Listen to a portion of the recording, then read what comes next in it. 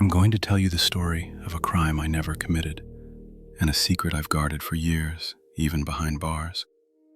Everyone thinks I lost my mind. But what if I told you something lives in those woods? Something that could sear the word truth into the hull of a drone. The path to that word, seared into plastic, didn't start with a bang. It began quietly, with a small lie and the stroke of a pen in the sterile silence of my office, my sanctuary. The ink from my pen gleamed wet and black against the stark white fiber of the medical expense report. October 14th. My hand remained steady, a practiced instrument of bureaucracy, even as a familiar spasm seized the muscle under my right shoulder blade. I forced the cramp down, exhaling a breath that smelled of stale coffee and the metallic tang of ozone permeating my office. This room was my sanctuary. 150 meters from the chaotic wilderness outside, everything here aligned with a grid. With surgical precision, I altered the date of the paracetamol receipt. 2 weeks earlier. A small forgery, a necessary one. The inventory showed a full box missing, seized secretly for James before the cough took him. If the audit traced the discrepancy, the questions would start. Questions led to searches. Searches led to the truth. And the truth would burn this forest to ash. My fingers went to my shoulder, massaging the knot of tension. It pulsed there like a second heart, a physical echo of the lie I lived. 2 years of silence. 2 years of burying reports, diverting patrols, and maintaining the facade of Ryan Carter, the perfect ranger, the introverted logistician who worshipped protocol. A memory hijacked my senses. The smell of pine resin and fever sweat. James, his face gray as the winter sky, pressing a crumpled map against my chest. His fingers were cold. "Law is order," he had wheezed, the bruise on his temple dark against his pale skin. "But a pact is life." I could see the charcoal cross on the paper. The cave. "Swear it, Ryan. They will hunt him. Swear." I blinked, the vision dissolving into the sterile walls of my station. The radio crackled. A summons. Director Cole required my presence at the temporary headquarters. Leaving the station meant abandoning my armor. I walked across the frozen gravel of the parking lot, the wind biting through my ironed uniform. The headquarters sat in the center of the lot, a pristine white trailer that hummed with the sound of generators. It belonged to a different world, a world of spreadsheets and satellite surveillance. Inside, the air was recycled and warm. Director Willard Cole stood by a wall of monitors, 55 years old, posture like a steel rod, wearing a field uniform that cost more than my annual salary. He adjusted his thin, wire-rimmed glasses. His blue eyes did not blink. They processed. "Operator Ryan." His voice carried no inflection. It was the sound of a closing ledger. "I am conducting a total audit. My data shows abnormal spikes in the consumption of high-octane gasoline and food rations in your sector. Explain why your logs reflect no search operations requiring such resources." He waited. Cole did not tolerate inefficiency. He viewed emotion as a defect in the system. "We experienced severe weather patterns," I lied, my voice steady, my shoulder screaming. "Extended idle times for the engines to prevent freezing. Rations were distributed to stranded hikers." Cole stared. He adjusted his glasses again. Inefficient, but plausible. He tapped a tablet. "However, A more pressing asset requires recovery. An M700 drone has ceased transmission. My stomach turned into ice. The M700 carried military-grade thermal imaging. Cole slid the tablet across the metal table. The screen displayed a grainy, distorted patch of forest. I recognized the ridge immediately. Sector 4 Gamma, the dense coniferous labyrinth adjacent to the dump cave. The telemetry died here, Cole stated. Curiously, your predecessor, James, displayed an unsanctioned penchant for patrolling this specific, seemingly aimless sector. He leaned forward, encroaching on my personal space. As the expert on this terrain, you will lead the primary search team. Find this asset. I studied the map. If they went to Sector 4 Gamma with thermal scanners, they would find more than a drone. They would find a heat signature that defied classification. My mind raced, calculating angles, wind speeds, and lies. I pointed to a deep scar in the topography, miles to the east of the actual crash site. Sir, the thermal updrafts in Sector 4 Gamma are violent, I said, channeling my inner analyst. A drone with this sail surface area would not drop there. The wind would sweep it east into Silver Creek Canyon. It is a steep descent, zero tactical value, but the only logical resting place. Cole frowned. He verified the wind data on his screen. Logic was his language, and I spoke it fluently. Excellent analysis, he admitted. I will deploy the main squad to the canyon. He paused, his gaze lingering on my face. However, redundancy is protocol. Leave your two best assistants to me. They will work the original coordinates while you search the canyon.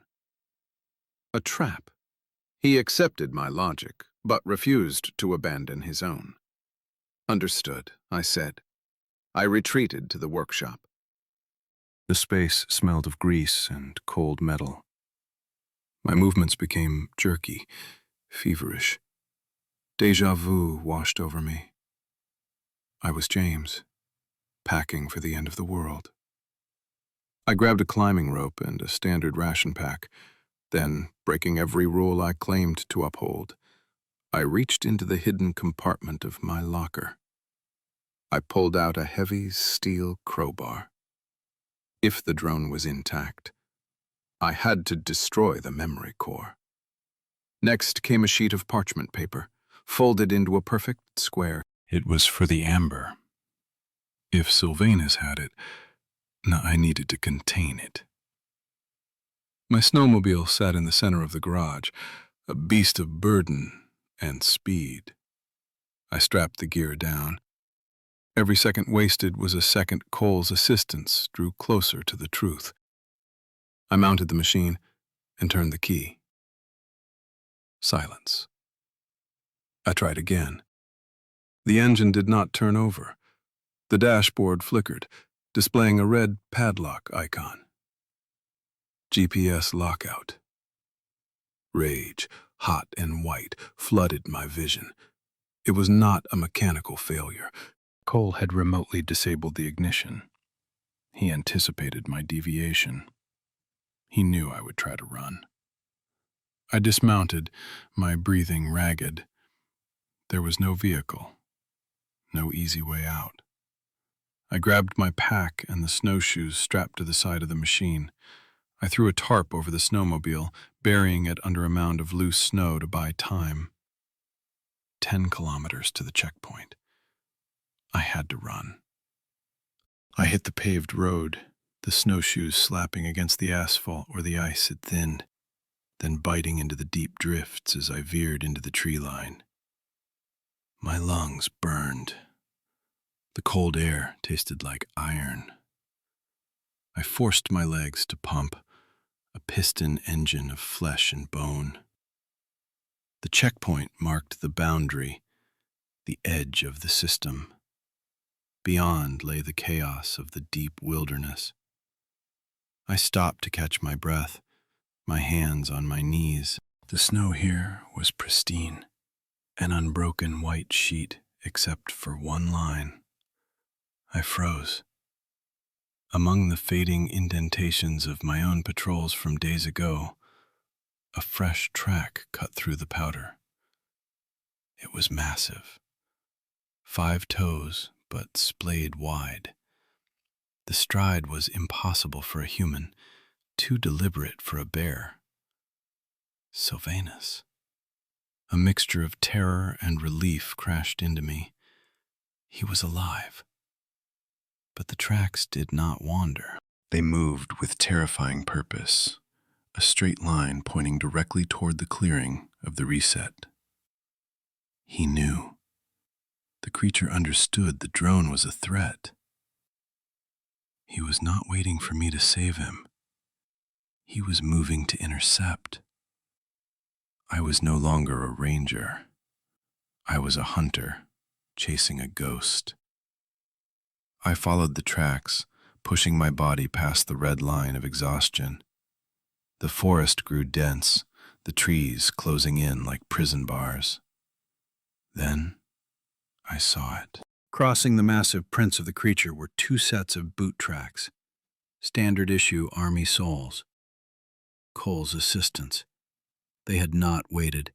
They had taken the bypass route, a treacherous, icy shortcut that shaved kilometers off the journey. They were ahead of me.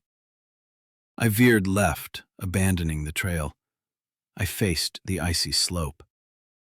It was a suicide run, a sheer face of frozen earth and rock, but it was the only way to cut them off. I scrambled up, fingers clawing at roots, boots slipping on the glaze.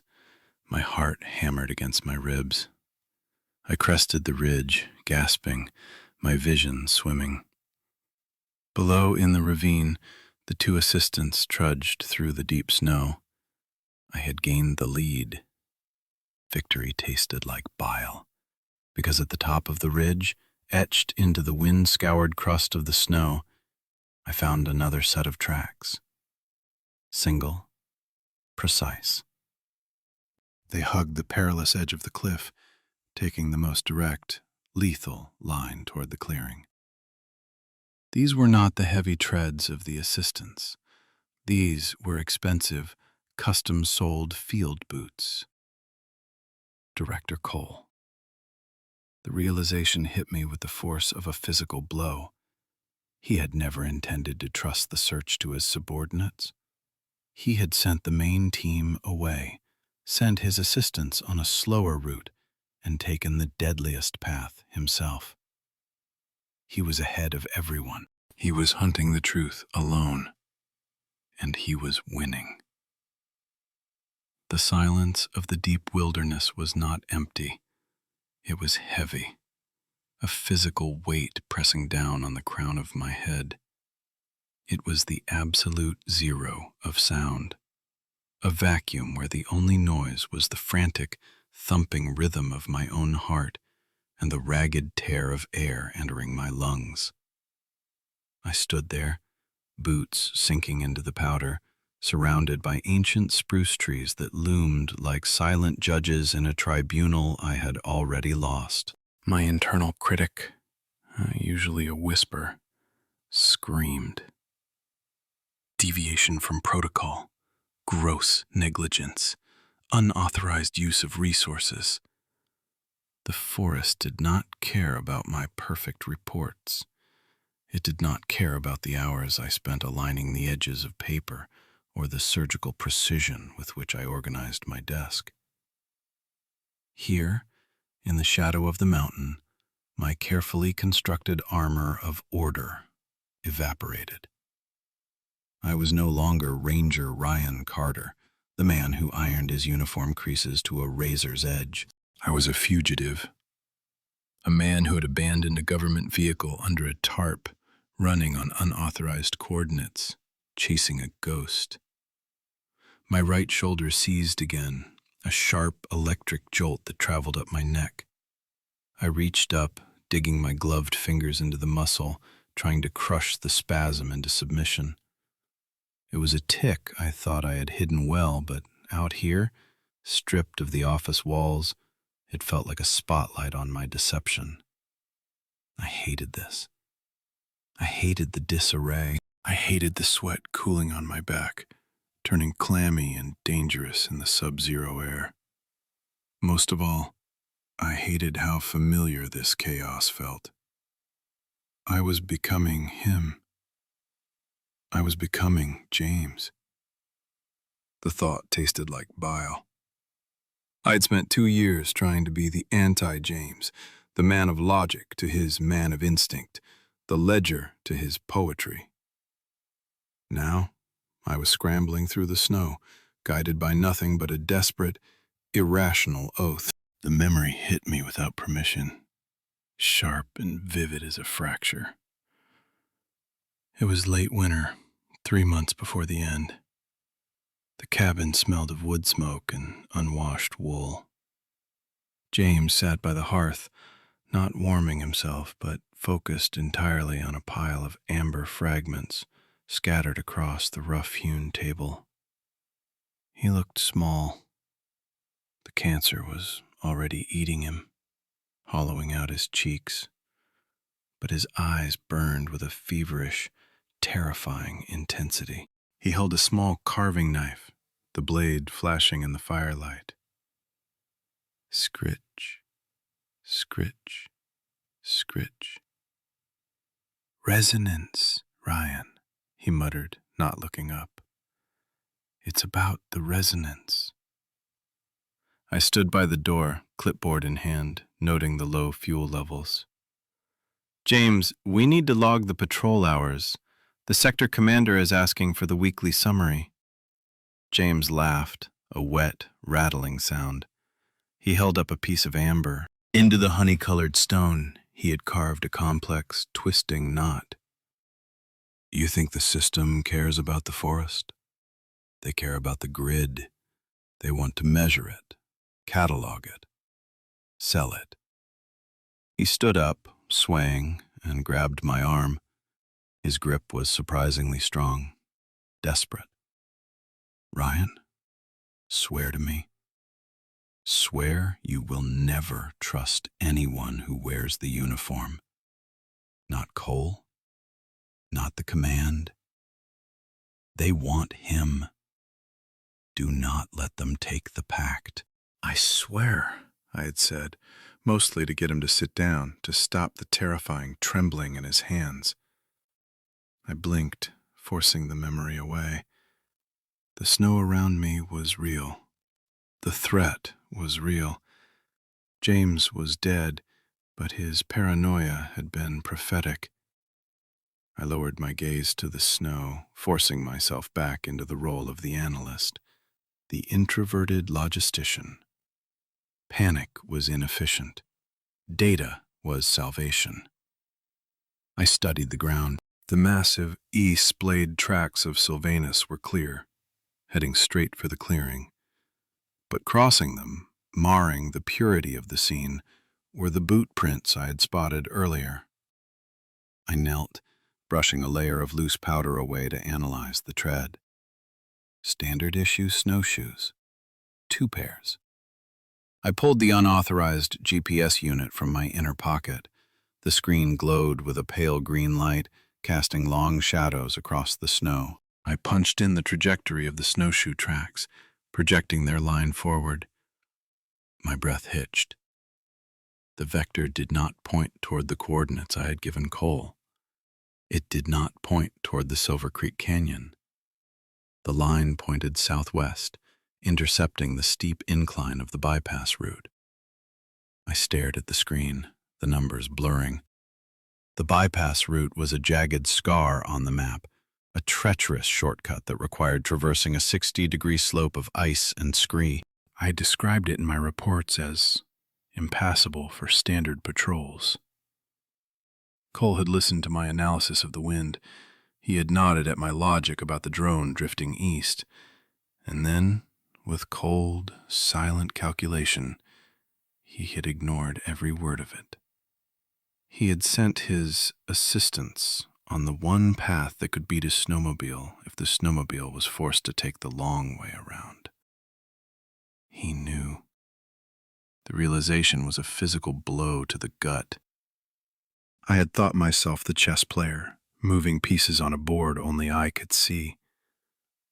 I thought I was protecting the secret with superior intellect. But Cole was not just a bureaucrat with a tablet. He was a predator.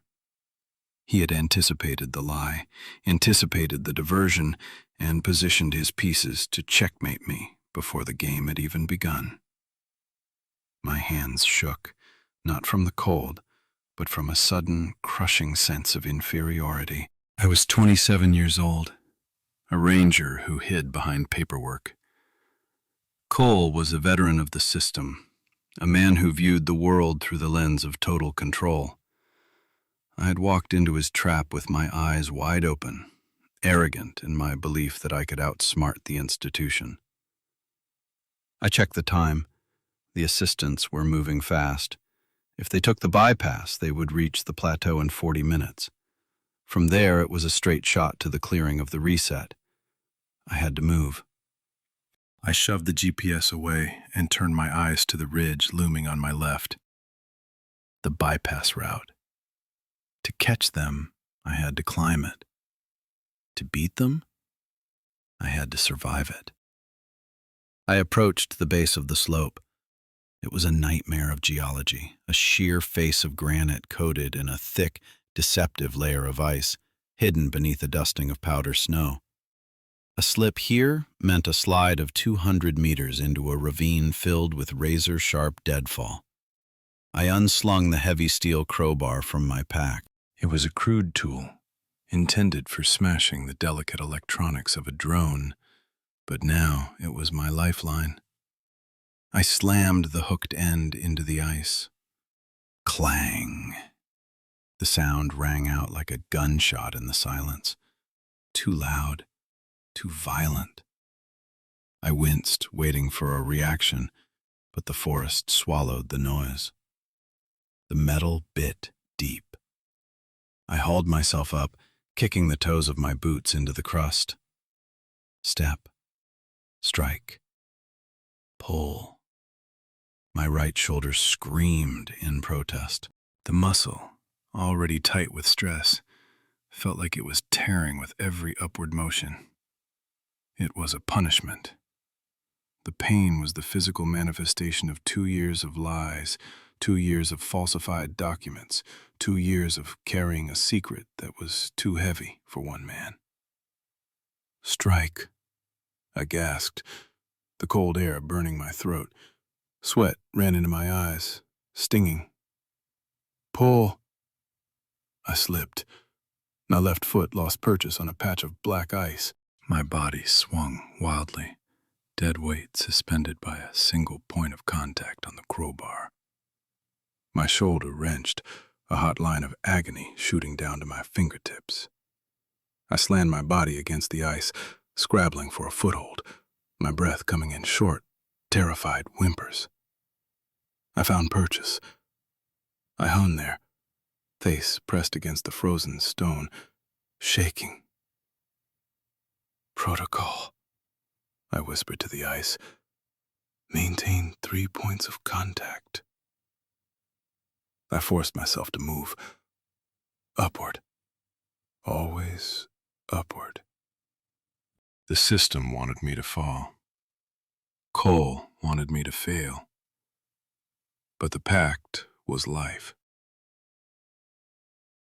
I crested the ridge 10 minutes later, rolling over the lip of the cliff and collapsing into the deep snow on the plateau. My chest heaved. My limbs felt like lead. A sound froze the blood in my veins. Crunch. Crunch. Rhythmic. Heavy. Close. I scrambled on my stomach, slithering behind a massive, moss-covered boulder that crowned the ridge. I pressed myself into the snow, pulling my white camouflage hood low over my face. I became a stone. I became silence. 50 meters below my position, in the trough of the ravine I had just circumvented, 2 figures emerged from the tree line.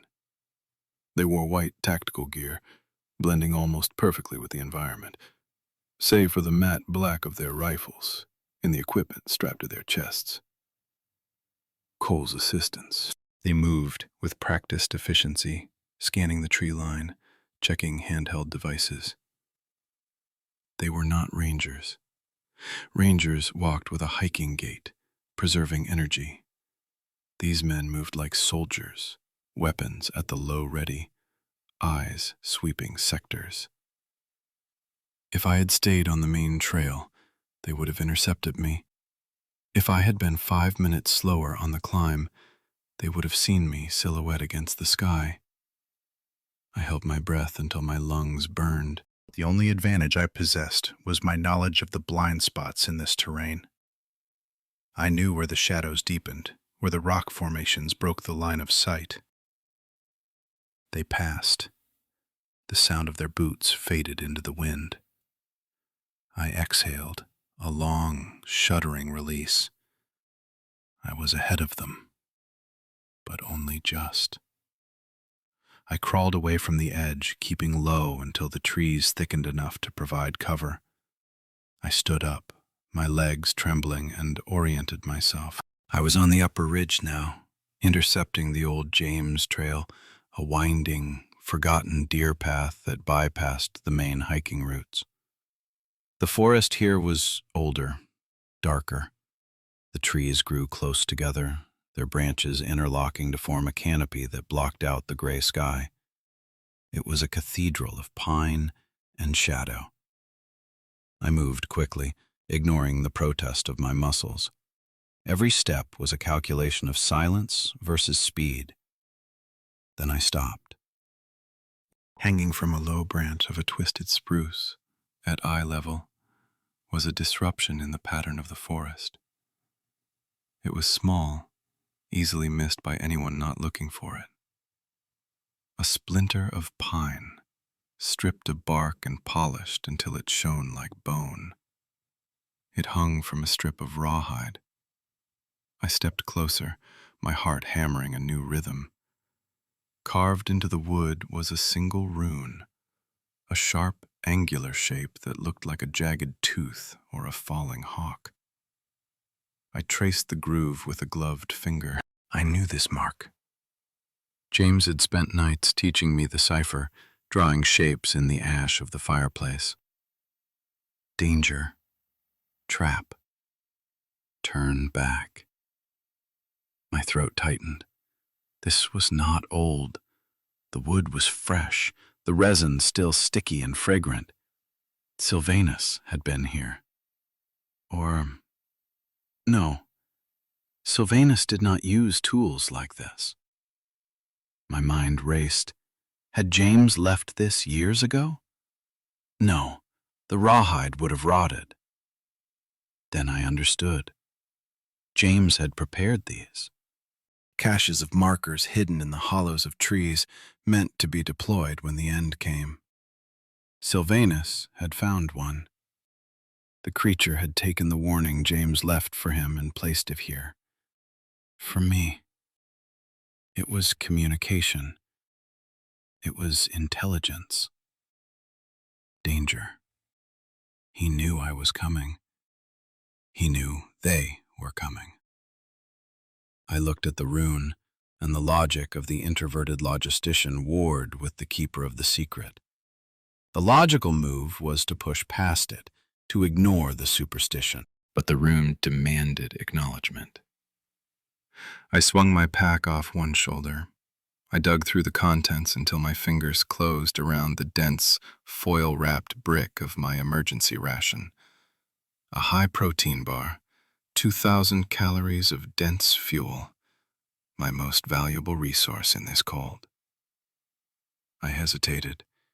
Giving up resources without a guaranteed return was a violation of survival protocol. It was waste. I tore the foil open. I broke the bar in half. I placed the larger half at the base of the tree, directly beneath the hanging rune.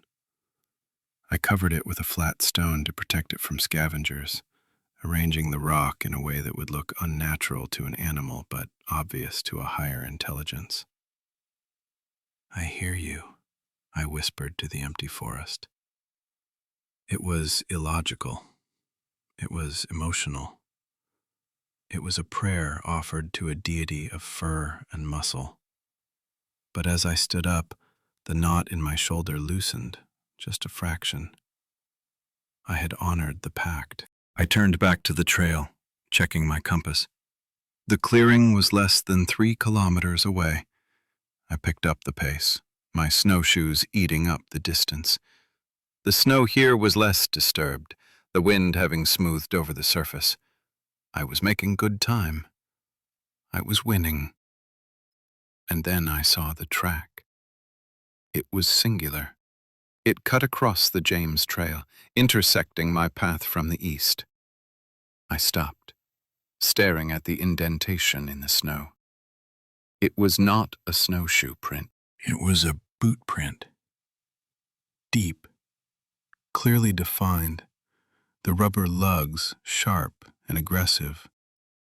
I dropped to one knee, pulling out my compass to use as a scale reference. I measured the length, the depth, the angle of the toe off. Vibram soles, custom orthotic heel strike. A long, confident stride that spoke of a man who did not stumble. I looked up the trail, my eyes following the line of footprints. They did not waver. They did not search for the easiest path. They punched straight through the brush, heading directly for the clearing with the relentless certainty of a missile. Director Cole. The blood drained from my face. He was not with the assistants. He was not monitoring from the trailer. He had not even taken the bypass route. He had taken a third path, a route so dangerous and direct I had not even considered it a possibility for a man of his age. He had walked alone. The realization shattered the last remnants of my ego. I had assumed he was a bureaucrat relying on subordinates. I had assumed he was part of the machine, a cog that needed other cogs to turn. I was wrong. Cole was not the cog. He was the operator. He did not trust his assistants to secure the asset. He did not trust the reports. He trusted only his own eyes, his own boots, and his own gun. He was ahead of me. Panic flared, hot and bright. He was walking straight toward the clearing, straight toward the drone wreckage, straight toward the amber, straight toward Sylvanus. If Cole reached the clearing first, it was over. He would see the truth. He would document it, categorize it, and call in the containment teams. The forest would be swarming with helicopters within the hour. The mystery would die, dissected on a sterile table under fluorescent lights. I looked at the tracks again. They were fresh. The edges of the snow were still sharp, not yet softened by the wind. He was perhaps 10, 15 minutes ahead. Strategy evaporated. Stealth was a luxury I could no longer afford. I stood up, shedding the heavy logistical mind that had governed my life for 27 years. I unclipped the waist strap of my pack. I let it slide off my shoulders, the heavy canvas hitting the snow with a soft thud. I left the rope. I left the extra rations. I left the thermal blanket. I kept only the crowbar, gripping the cold steel in my right hand. I was 27. Cole was 55. I had youth. I had fear. I had the desperation of a man who had already sacrificed his integrity and was now prepared to sacrifice his body. Run, I commanded myself. I launched myself forward. I did not pace myself. I did not conserve energy. I sprinted. My snowshoes kicked up plumes of white powder. My breath came in ragged gasps, burning my throat like swallowed glass. I tore through the underbrush, branches whipping against my face, tearing at my uniform. I did not care. I ran until my heart hammered against my ribs like a trapped bird. I ran until the edges of my vision began to gray. Faster. He is ahead. He is going to kill the world. The trees began to thin. The quality of the light changed, growing brighter, harsher. The dense canopy was giving way to open sky. I stumbled, catching myself on a tree trunk, gasping for air. Through the gaps in the pine boughs, I saw it. The clearing of the reset. It opened up like a wound in the forest, a vast, flat expanse of snow-covered ground bordered by towering cliffs on the far side. It was silent. It was exposed. My grip tightened on the crowbar until my knuckles turned white. I was close, but I did not know if I was late. I pushed off the tree, ignoring the screaming protest of my lungs, and rushed toward the light. The transition from the shadowed, claustrophobic density of the spruce forest to the blinding expanse of the clearing of the reset was violent. It was like stepping out of a submarine and directly into the sun. The light reflected off the pristine, wind-scoured snow with a brilliance that seared my retinas, forcing me to squint against the glare. My legs, which had been operating on pure adrenaline and the desperate mechanical memory of flight, finally registered the change in terrain. The deep, dragging powder of the forest floor gave way to the hard-packed, icy crust of the open space. My boots skidded. I stumbled, my center of gravity pitching forward, but I refused to fall. I turned the stumble into a staggering lunge, propelling myself toward the center of the white expanse. I stopped. My chest heaved like a bellows, dragging in air that was too cold, too thin. It tasted of iron and impending frost. I bent double, hands bracing against my knees and coughing out the ragged remnants of the sprint. Steam rose from my uniform, a spectral aura of sweat and heat evaporating into the sub-zero vacuum. I lifted my head. There it was. 10 meters away, disrupting the perfect white canvas, lay the shattered remains of the M700 drone. It did not look like a piece of advanced military hardware anymore. It looked like the skeletal remains of some prehistoric bird, bleached and broken. The white composite wings were snapped at unnatural angles. The central fuselage was cracked, exposing the dark, intricate guts of circuitry and wiring to the unforgiving elements. A sound escaped my throat, a laugh, or perhaps a sob. It was a jagged, ugly noise. I had made it. The relief was physical, a sudden depressurization of the skull. The clamp that had been tightening around my chest for the last hour, the crushing certainty that Director Cole was already standing over the wreckage, shattered. The clearing was empty. The snow around the drone was smooth, unbroken by footprints, save for the scattered debris of the crash itself. I was first. Protocol is life, I whispered, the irony tasting like ash on my tongue. I had broken every protocol to get here, and in doing so, I had upheld the only oath that mattered, the pact. I straightened, gripping the cold steel of the crowbar in my right hand. My shoulder throbbed, a dull, rhythmic ache that synced with my pulse, but the sharp, debilitating spasms had ceased. The mission was simple now. Destroy the memory core, shatter the lens, bury the pieces. I took a step toward the wreckage, the crunch of the snow loud in the unnatural silence. As I closed the distance, the angle of the light shifted, revealing something nestled in the lee of the drone's broken wing. It was not a piece of debris. It was not metal or plastic. It was organic. I froze, the crowbar heavy in my hand. Sitting in the snow, shielded from the biting wind by the drone's fuselage, was a basket.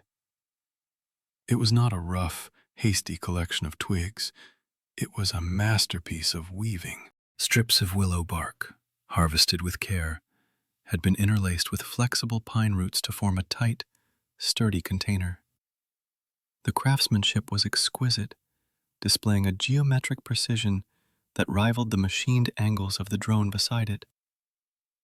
I dropped to my knees, the cold seeping instantly through my uniform trousers. My hands, trembling slightly, reached out to touch the rim of the basket. The wood was cold, but it felt alive compared to the sterile plastic of the M700. Inside, resting on a bed of soft gray lichen cloth, fabric that had been pounded and felted from moss, lay 3 objects. I picked one up. It was heavy, dense, and colder than ice. Obsidian. It was a knife, or perhaps a scraper, flaked from a core of black volcanic glass. The edge was translucent, razor-thin, capable of splitting a hair. The handle was wrapped in sinew, dyed a deep ochre. I turned it in the light.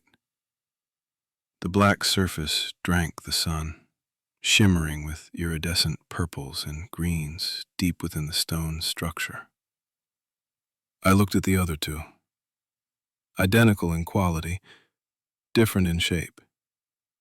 One for cutting, one for piercing. A wave of emotion crashed over me, drowning the lingering panic. This was not the hoarding of a magpie. This was not the curiosity of an ape. This was a gift. Sylvanus had not just intercepted the threat. He had understood the dynamic of our relationship. I brought food. I brought medicine. I brought the resources of my world to sustain him, and now, in the face of this technological intruder, he had responded. He had destroyed the threat, yes, but he had left something in its place. Trade. Reciprocity. A profound sense of pride swelled in my chest.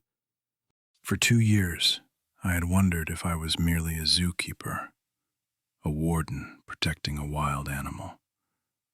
James had spoken of the resonance of the intelligence in those deep-set eyes, but I had always harbored the skeptic's doubt. I was wrong. This was culture. This was an acknowledgement of an alliance. "Thank you," I breathed, my voice lost in the vastness of the clearing. I placed the obsidian blade gently back into the basket.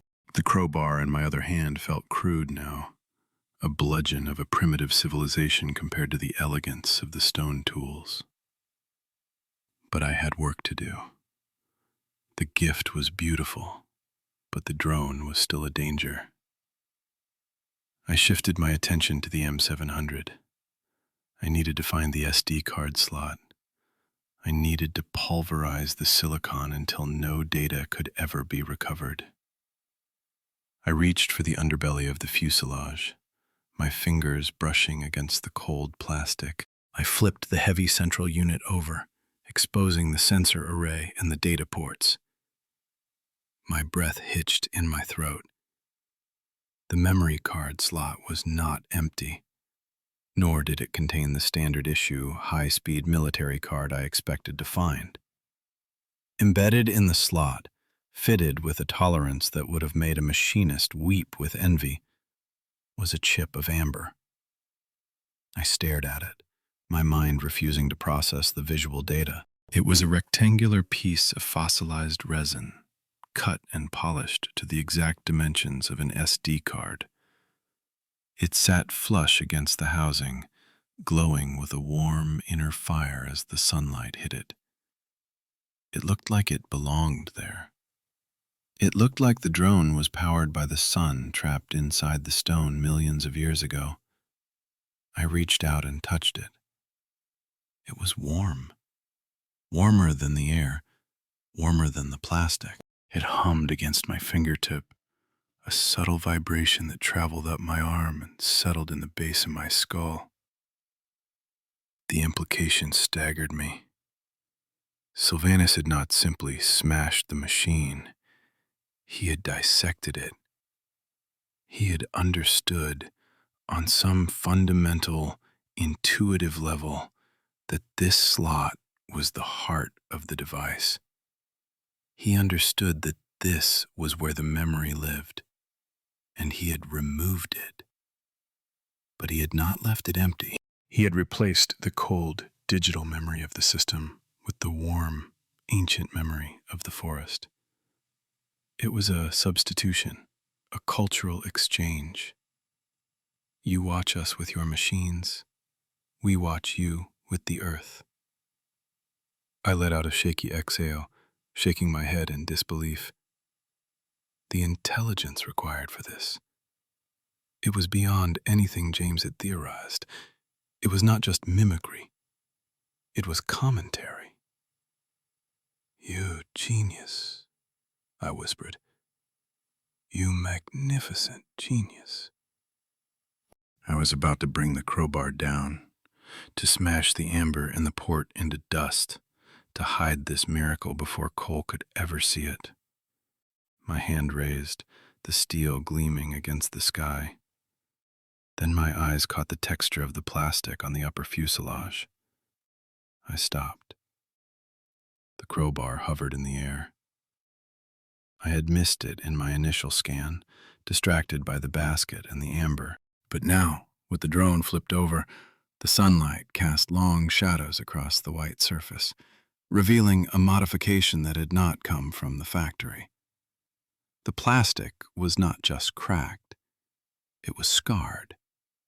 Someone, something, had taken a heated tool, perhaps a piece of wire or a burning branch, and seared a mark into the hull. The edges of the letters were bubbled and blackened, the smell of burnt polymer suddenly ghosting into my nostrils, sharp and acrid. It was a word, crude, jagged, looking like it had been carved by a hand that trembled with rage, but legible. Undeniably legible. Truth. The crowbar slipped from my numb fingers and fell into the snow with a dull thud. The euphoria of the last few minutes evaporated, replaced by a cold, hollow dread that started in my stomach and spread outward, freezing my blood. Truth. This was not James. James had been dead for 2 years. James used charcoal and paper. James carved runes of protection and warning. This was Sylvanus. He had learned our language. He had watched us, listened to us, perhaps found old books or papers left in the cabins James used to frequent. He knew the shape of the letters. He knew what they meant. And he had burned this word onto the camera that came to spy on him. It was not a defense. It was not a shy creature hiding from the light. It was an accusation. It was a manifesto. Sylvanus was telling us that he knew what we were doing. He knew the lies. He knew the cover-ups.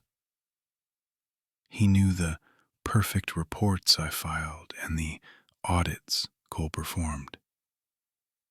He saw through the facade of the Ranger Corps, through the uniform, through the system. He was demanding the one thing I had spent my entire career burying. I stared at the black, ugly letters. They mocked me.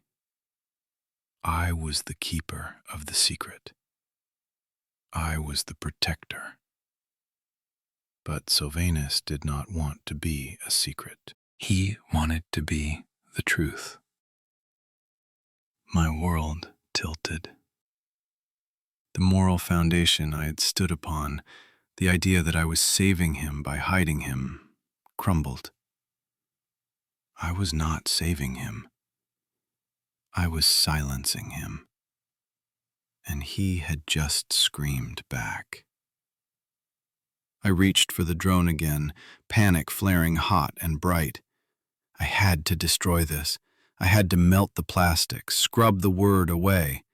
If Cole saw this, if the system saw that the animal could write, could judge, could accuse, the response would not be study. It would be eradication. A thinking rival is a threat that cannot be tolerated.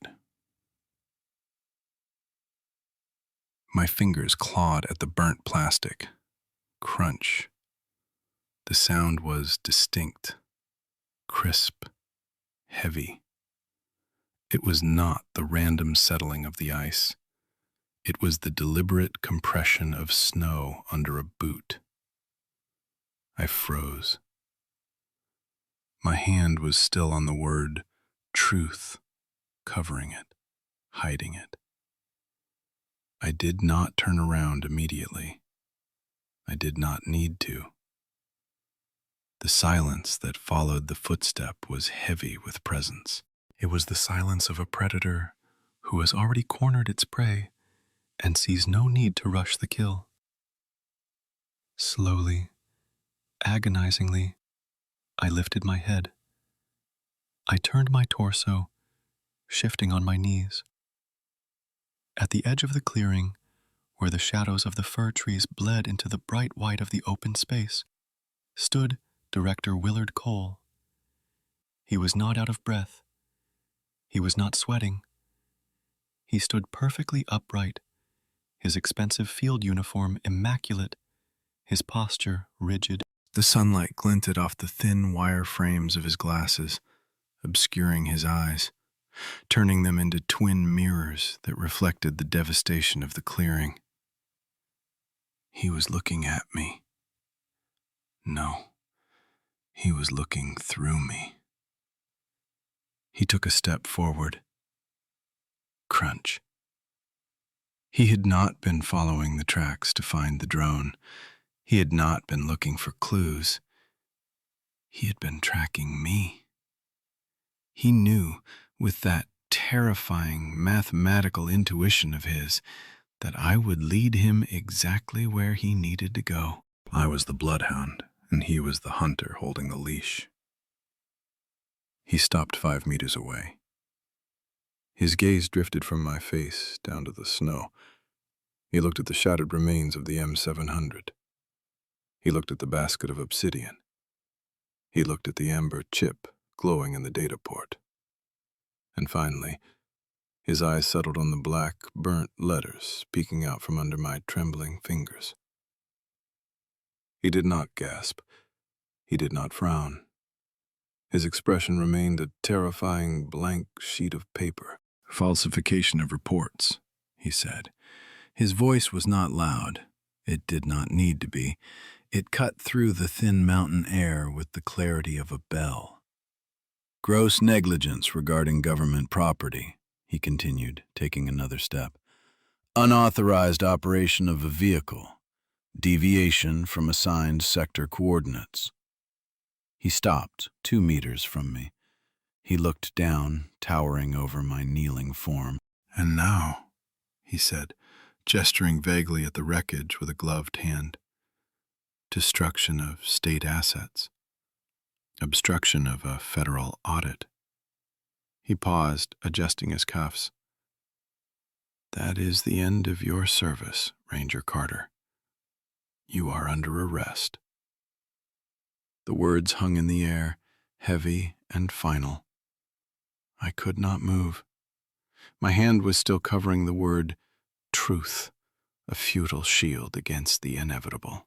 I wanted to scream to explain, to beg him to understand that this was bigger than his audit, bigger than the system.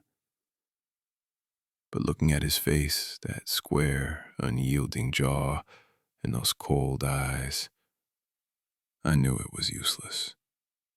He did not care about the why. He only cared about the what. Protocol had been violated. The grid had been disrupted. The culprit had to be removed. Cole reached to his hip. The movement was smooth, practiced, devoid of hesitation. He unsnapped the retention strap of his holster and drew his service weapon. A Glock 17, matte black, standard issue, efficient. He did not point it at my head. He held it at the low ready, strictly according to the manual for detaining a non-compliant subject. "Stand up, Ryan," he ordered. I looked at the crowbar lying in the snow a meter away. It was useless. Against a gun, against the weight of the authority standing above me, it was a twig.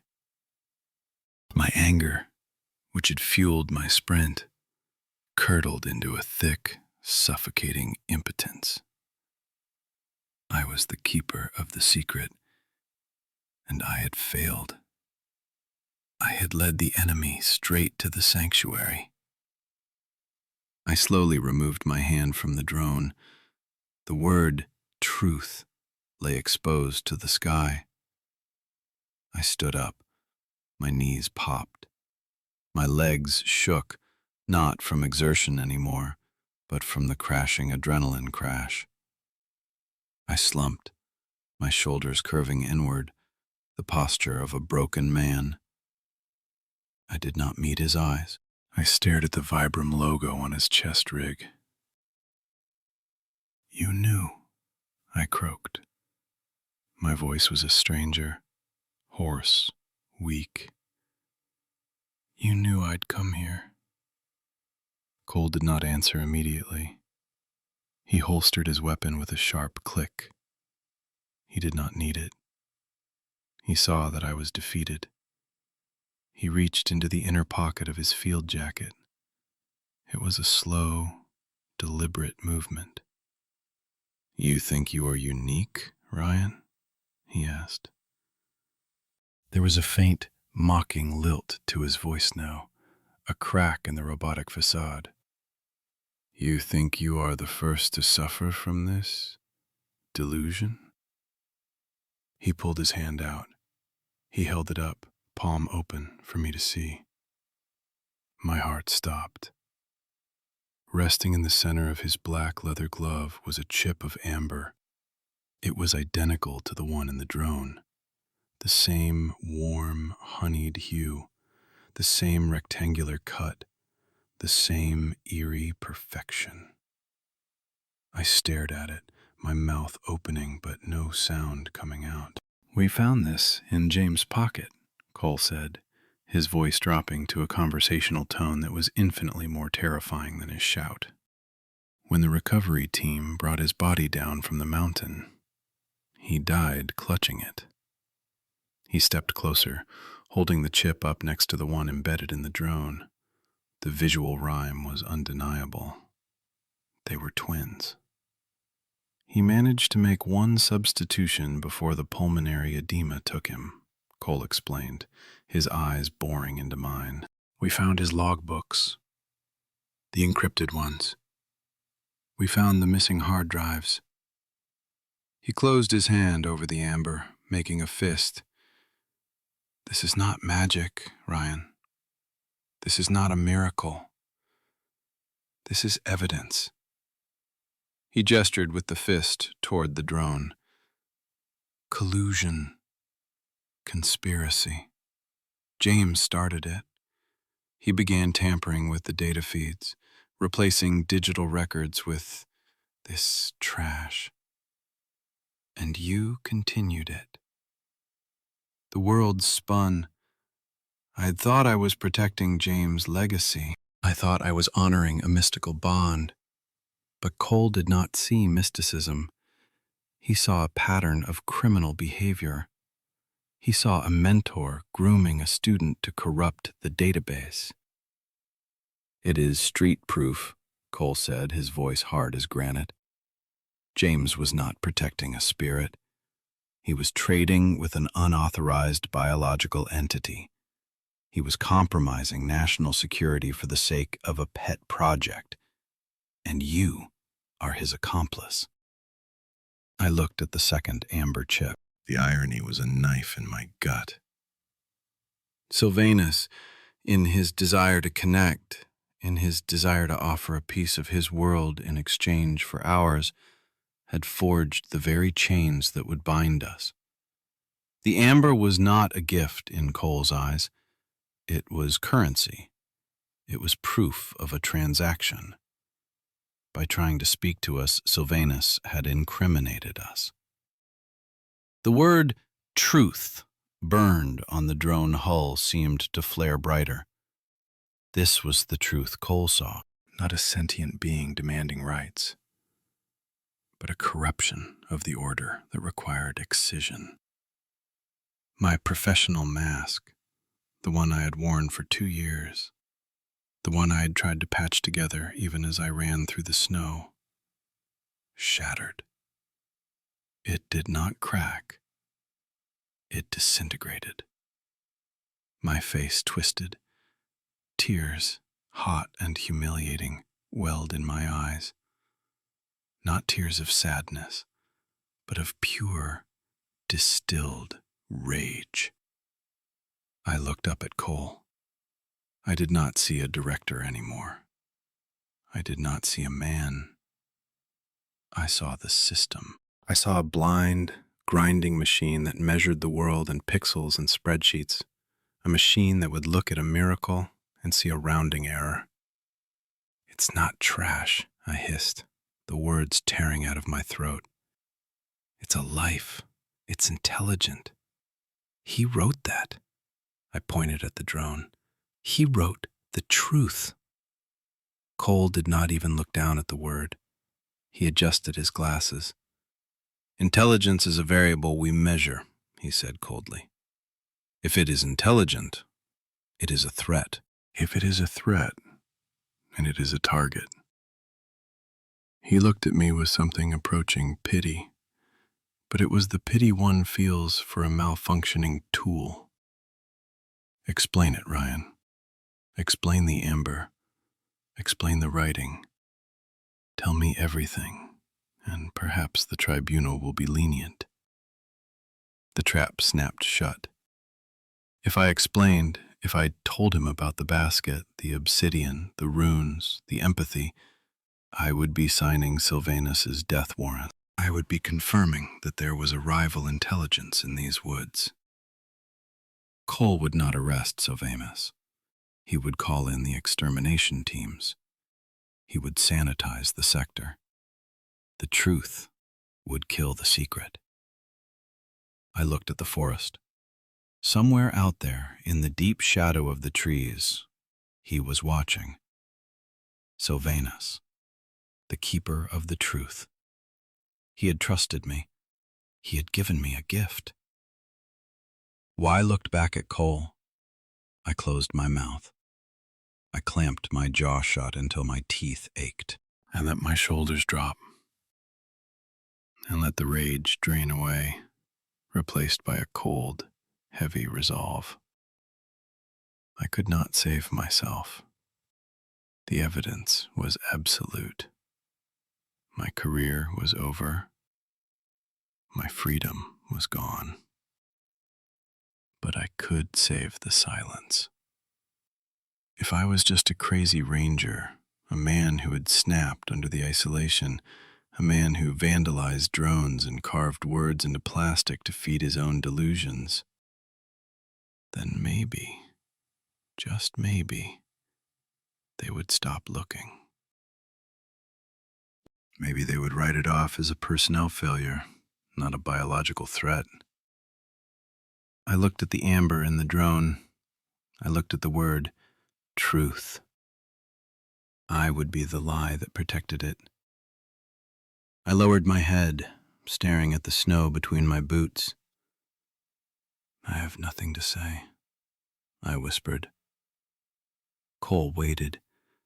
The silence stretched, thin and taut. So be it, Cole said. He reached for the radio on his shoulder. Command, this is Director Cole.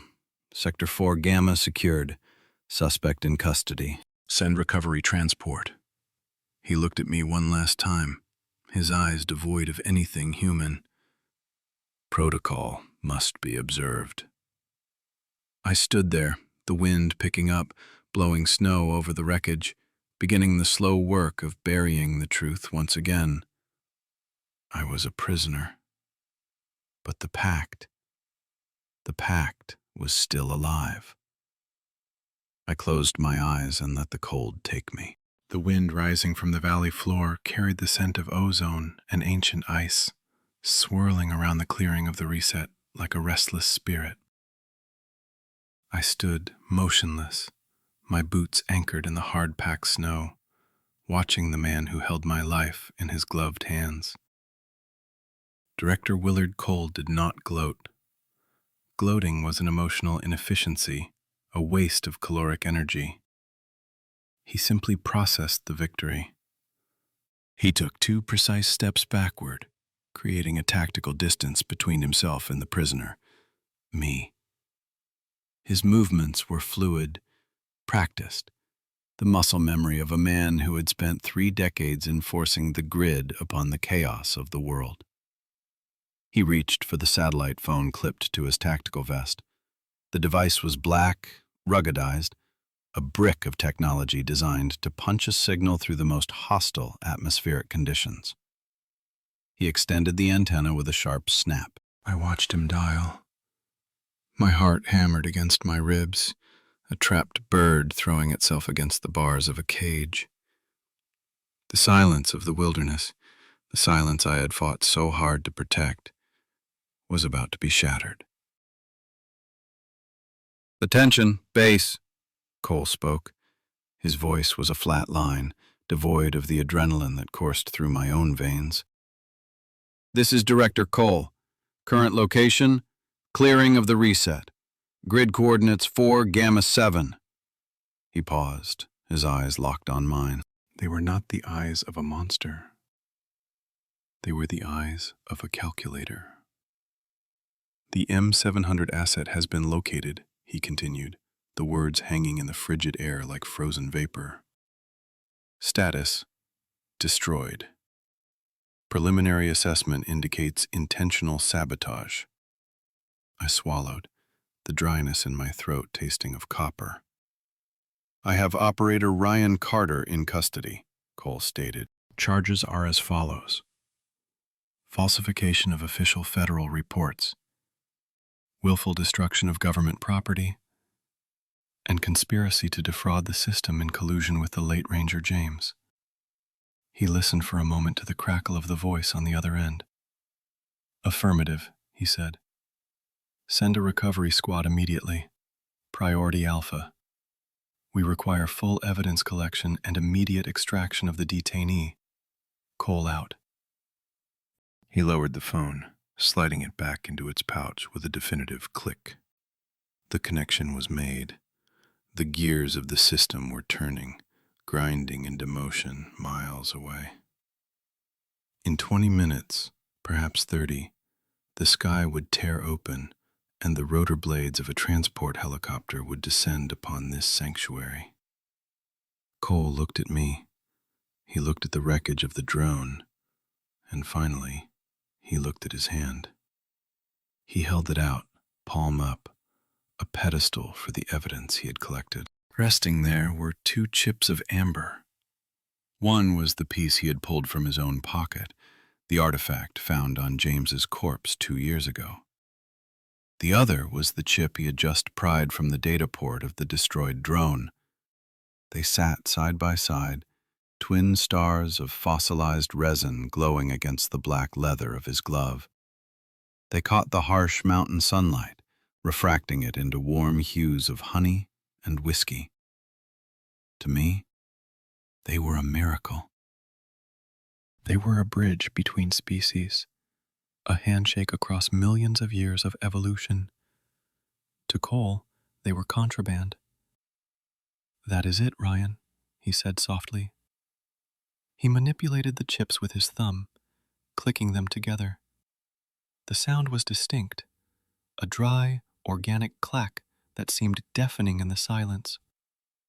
2 chips, identical composition, identical cut. He shook his head, a gesture of disappointment not in the situation, but in the waste of potential. "This is the symmetry of corruption," he declared. "Perfect. These are the only surviving physical evidence. They prove, irrefutably, that you and James were operating a localized ring.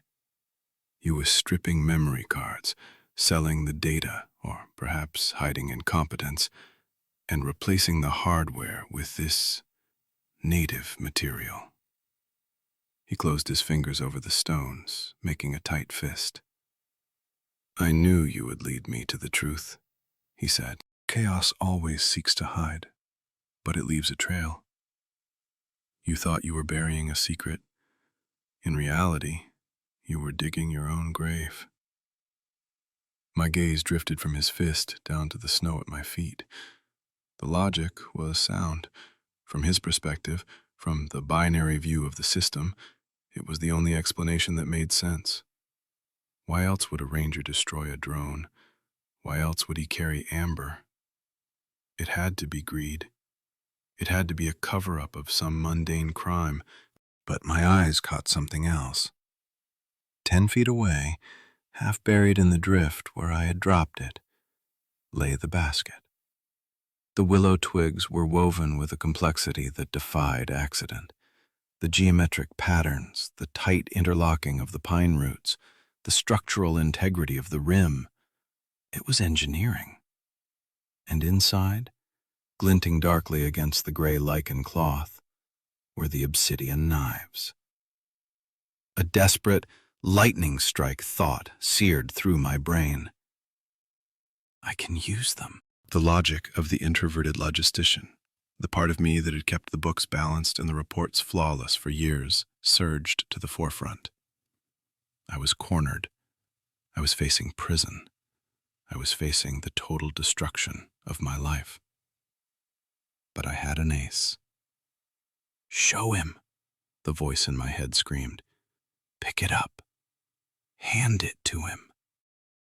An animal, a bear, a wolf, a feral hominid, could not weave a watertight basket. An animal could not nap volcanic glass into a razor-sharp blade with a pressure-flaked edge. An animal could not understand the concept of a gift. If I showed Cole the basket, his theory of corruption would collapse. He would see that James was not crazy. He would see that I was not a thief. He would see that we were not conspiring to defraud the government, but interacting with a sentient, tool-using species. It was the perfect defense. It was the only way to clear James's name. It was the only way to save myself from the cage. My body reacted before my mind could finish the thought. My right foot shifted. My hand twitched, reaching out, fingers spreading as if to grasp the salvation lying in the snow. "Sir," I started, my voice cracking, you need to see." I took a half step toward the basket, and then I stopped. The air in my lungs turned to ice. The realization hit me with the force of a physical blow, staggering me where I stood. I looked at Cole. I saw the rigidity of his jaw. I saw the cold, calculating intelligence behind those wire-rimmed glasses. If I showed him the basket, I would win the argument. I would prove that Sylvanus was intelligent, and that would be his death sentence. The system did not tolerate variables it could not control. A dumb beast was a nuisance, something to be managed or relocated. But an intelligent species? A creature that could make tools, communicate, understand technology, and harbor a moral judgment against the grid? That was not a curiosity. That was a rival. If Cole saw the basket, the narrative would shift instantly. It would no longer be a police matter. It would become a matter of national security. The recovery squad he had just called would be replaced by containment teams. They would bring thermal scopes, tranquilizer rifles, perhaps even lethal force. They would scour every inch of this forest. They would find the cave. They would find him. They would dissect him to see how his brain worked. They would cage him to study his language. They would destroy the pact in the name of science and security. I stood on the precipice of the decision. On one side lay my freedom, my career, the vindication of my mentor. All I had to do was point a finger and say, "Look at what he made." On the other side lay the silence, the prison cell, the disgrace, the complete annihilation of Ryan Carter, the perfect ranger. I looked at the basket one last time. It was beautiful. It was the physical manifestation of the connection I had yearned for, the proof that we were not alone in the universe. And because I loved it, I had to destroy it. My hand, hovering inches from the direction of the artifact, dropped to my side. I closed my eyes for a fraction of a second, bidding farewell to the man I used to be, the man who valued order above all else, the man who believed that the truth would set you free. The truth would not set me free. The truth would kill the thing I was sworn to protect. I opened my eyes. The stout protocol, the rigid adherence to rules and self-preservation, shattered inside me. In its place, a new structure formed. Darker, harder. The martyr. I did not look at Cole. I looked at the snow. With a movement so subtle it might have been a shiver from the cold, I shifted my weight. I did not lunge for the basket. I stepped on it. I brought the heavy heel of my boot down on the delicate willow weaving. There was no sound, only the soft compression of the snow. I ground my heel down. I twisted my foot. I felt the structure of the basket collapse beneath the rubber sole. The willow twigs snapped silently. The obsidian knives were driven deep into the powder, buried under the white blanket, pushed down into the frozen mud of the earth. I worked my foot back and forth, smoothing the surface, obliterating the shape, erasing the evidence of the mind that had created it. I did this while Cole looked away, checking the signal on his phone again. I destroyed the proof of Sylvanus's humanity to save his life. The unwritten law of the pact was not about preservation of artifacts. It was about the preservation of the secret. I lifted my foot. The snow was disturbed, churned up, but it looked like nothing more than the struggle of a man losing his footing. The basket was gone. The knives were gone. Buried. "Speak up, Ranger," Cole said, his voice cutting through my internal funeral. He turned back to me, his face a mask of impatience. "You were about to say something. Tell me, how are you and James going to use these stones? Was there a buyer? A collector?" He waited for the lie. He expected me to spin a tale about a black market geology ring, or a superstition, or a mental breakdown.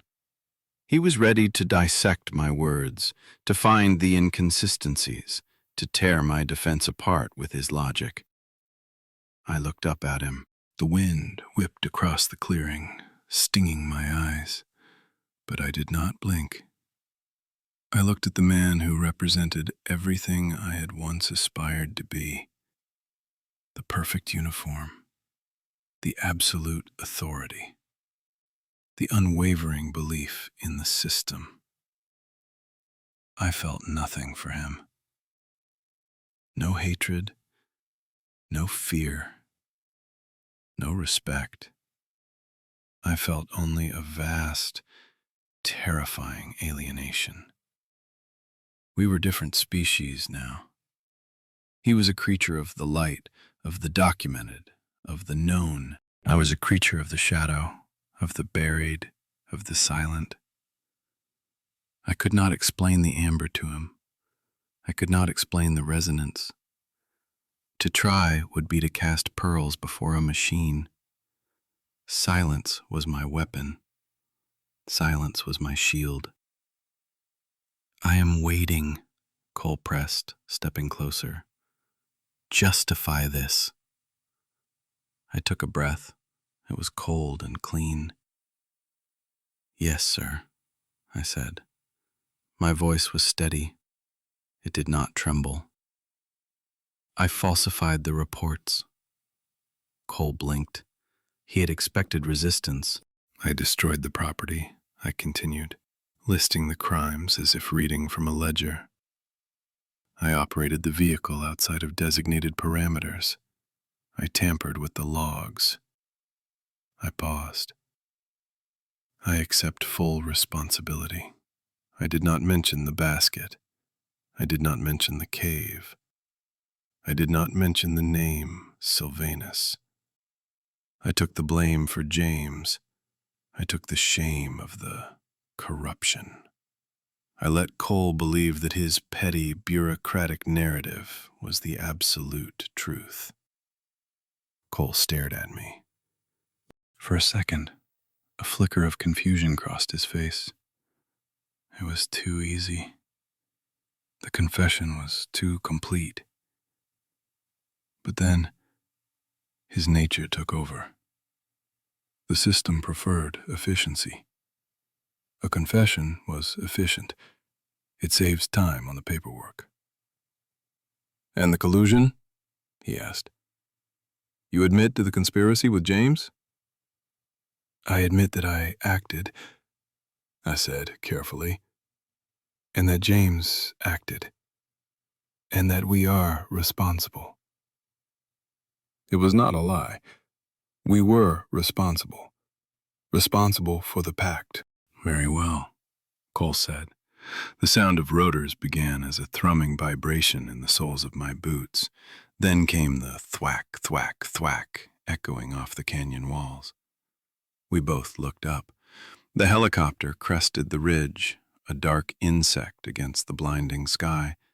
It banked hard, the downwash kicking up a blizzard of loose snow. I narrowed my eyes against the stinging ice crystals. The machine hovered 50 feet above the clearing, a winch cable unspooled. 3 figures in tactical winter gear descended, sliding down the ropes with practiced speed. They hit the ground running, weapons raised, moving to secure the perimeter. They were rangers, men I might have shared coffee with in the mess hall a week ago. Now, they were anonymous enforcers behind polarized goggles. Cole signaled them. He did not shout. He used hand signs. Secure. Contain. Take the detainee, Cole ordered as the team leader approached. Inspect the site. I want every piece of the M700 collected. Look for any other electronic components or evidence of data tampering. He paused, glancing at the churned snow where I had buried the basket. Leave the rest, he said dismissively. We are not here to map the topography. We are here to close a case. Leave the rest. The relief that washed over me was so profound my knees almost buckled. He was not looking. He was not seeing. He was only looking for what he expected to find. The basket was safe. The secret was safe. Two rangers moved in on me. One grabbed my left arm, the other my right. Their grip was not gentle. It was the grip used for criminals and for traitors. "Hands behind your back," one of them barked. I complied. I let them twist my arms. I let them snap the cold steel of the handcuffs around my wrists. The click of the ratchet was the final punctuation mark on my career. They shoved me forward, towards the hovering helicopter which had now touched down on its skids, the engines screaming. I was a shell. The Ryan Carter who worried about audits was gone. The Ryan Carter who feared exposure was gone. I walked with them, stumbling slightly in the deep snow, but before I reached the helicopter door, I stopped. I planted my feet. The Rangers tugged at me, but I resisted just for a moment. I turned my head. Director Cole was standing in the center of the clearing. He was alone. The wind whipped his coat around his legs. He was looking down at his hand, at the two pieces of amber glowing there. He looked triumphant. He looked like a man who had solved the puzzle, who had restored order to a chaotic universe. He believed he had won. He believed he had excised a cancer from the Ranger Corps. He did not understand. He was a pawn. The system was a pawn. I had used his own blindness against him. I had used his obsession with corruption to hide a miracle. He thought he had defeated me, but in reality, he was serving the pact. He was closing the case. He was ensuring that no one would ever come back to this clearing to look for a monster. He was the lock on the door, and I had just given him the key, knowing he would never use it to open the room. I felt a strange, transcendent clarity. This was martyrdom. It was not glorious. It was not loud. It was simply the acceptance of a burden so heavy that it crushed you into the earth, so that others could walk over you. Cole looked up. Our eyes met across the distance. He expected me to look broken. He expected shame. I gave him neither. I shouted over the roar of the engine. "You are right, sir." Cole cocked his head, actively hearing me. "I was lying," I yelled, the words ripping from my throat, raw and honest. I looked at the amber in his hand. "Amber is my truth." I took a breath, the freezing air filling me one last time. "And I will pay for it." It was a confession, but not the one he heard. It was a declaration of loyalty. My truth was the amber, the connection, the memory, the resonance. And the price for that truth was my life. I saw Cole nod, a short, sharp affirmation. He thought I was accepting his judgment. The Rangers shoved me again. "Move it, Carter!" I let them take me. I ducked my head and climbed into the belly of the helicopter. The door slid shut, cutting off the blinding light of the clearing. The interior was dark, smelling of hydraulic fluid and sweat. I sat on the canvas bench, my hands manacled behind me. Through the thick, scratched plexiglass of the window, I watched the ground fall away as we lifted off. The clearing shrank. The trees became a carpet of dark green, and there, in the center of the white expanse, so stood Director Willard Cole, a tiny, insignificant figure against the majesty of the wilderness. He was still staring at the amber, convinced of his victory. I leaned my head back against the vibrating metal of the fuselage. I had lost everything. My name, my future, my freedom.